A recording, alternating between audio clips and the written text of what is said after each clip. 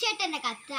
പ്രിയ diesel കൂട്ടുകാരെ, ആലുവയിൽ അയൽപ്പക്കത്തുള്ള തന്റെ കൂട്ടുകാരിയുടെ വീട്ടിൽ നിന്ന് പുസ്തകം വാങ്ങാനാണ് 12 വയസ്സുകാരിയായ ആ മകൾ അമ്മയോട് ഫോണും വാങ്ങി രാത്രി 8:30 കഴിഞ്ഞപ്പോൾ ഒറ്റയ്ക്ക് വീടിന് പുറത്തിറങ്ങിയത്. എന്നാൽ അവൾ കൂട്ടുകാരുടെ വീട്ടിലും എത്തിയില്ല, അമ്മയുടെ അരികിലും എത്തിയില്ല. ആദ്യ കയറിയ അമ്മ വിവരം പോലീസിൽ അറിയിക്കുന്നു. സമർത്ഥരായ ആലുവ പോലീസ് കേസ് അന്വേഷിക്കുന്നു. കുട്ടിയുടെ കയ്യിലുള്ള അമ്മയുടെ ഫോൺ ലൊക്കേഷൻ നോക്കിയപ്പോൾ സ്ഥലം കാസർഗോഡ്.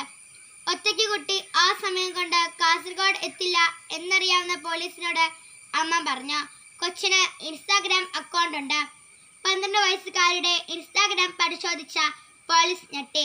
ഷേറായി ബീച്ചിൽ ഐസ്ക്രീം കച്ചവടം നടത്തുന്ന 26 വയസ്സുള്ള കൊല്ലംകാരനുമായി 12കാരിയുടെ ചാറ്റിംഗ് കണ്ട പോലീസ് പോലും അന്തം വിട്ടു. ജാഗ്രതയോടെ കുട്ടിയെ കണ്ടെത്താൻ ആലുവ പോലീസ് സ്വന്തം വാഹനത്തിൽ യാത്ര ആരംഭിച്ചു. ആലുവ, കാസർഗോഡ്, മംഗലാപുരം, ഗോവ വഴി മുംബൈയിലെ ധാരാവിൽ, അവിടെ നിന്ന് ഡൽഹിക്ക് പോകും വഴി പുന റെയിൽവേ സ്റ്റേഷനിൽ വെച്ച് കൊച്ചിനെയും ബെസ്റ്റിയെയും പോലീസ് പൊക്കി. കൊച്ചിൻ്റെ ഇൻസ്റ്റയിൽ ബെസ്റ്റിക്ക് പോക്സോ കേസിൽ അറസ്റ്റും റിമാൻഡും.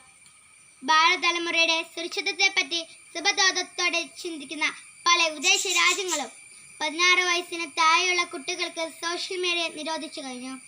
Australia, Brazil, UK, Indonesia, Malaysia തുടങ്ങിയ രാജ്യങ്ങൾ 2025 മുതൽ കുട്ടികളുടെ ഓൺലൈൻ ഉപയോഗം, സ്ക്രീൻ ടൈം, സോഷ്യൽ മീഡിയ അക്കൗണ്ടുകൾ എന്നിവ പരിശോധിക്കുകയും നിരോധിക്കുകയും ചെയ്തു കഴിഞ്ഞു. ആ രാജ്യങ്ങളെല്ലാം ബുദ്ധിവികാസം പ്രാപിക്കാത്തവരാണ്, ശാസ്ത്രീയ പുരോഗതിയെ അംഗീകരിക്കാത്തവരാണ്. അല്ല, പുരോഗതിയുടെ വികസനത്തിൻ്റെയും ഒന്നാം നിരയിലുള്ള രാജ്യങ്ങളാണ് കുട്ടികൾക്ക് സോഷ്യൽ മീഡിയ നിരോധിച്ചത്.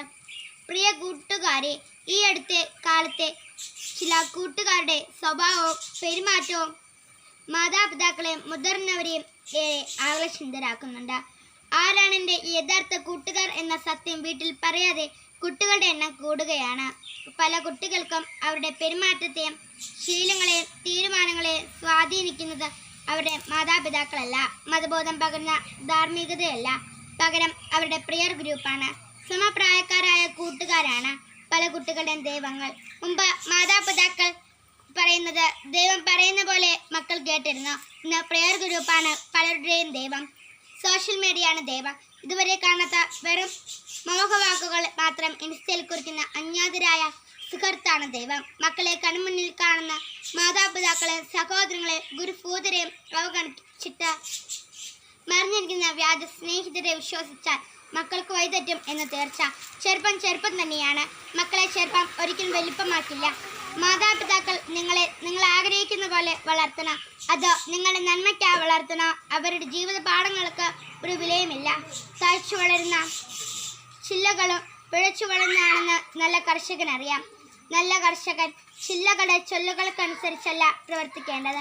ഫലം കായ്ക്കാത്ത ചില്ലകൾ വെട്ടി ദൂരെ എറിയണം.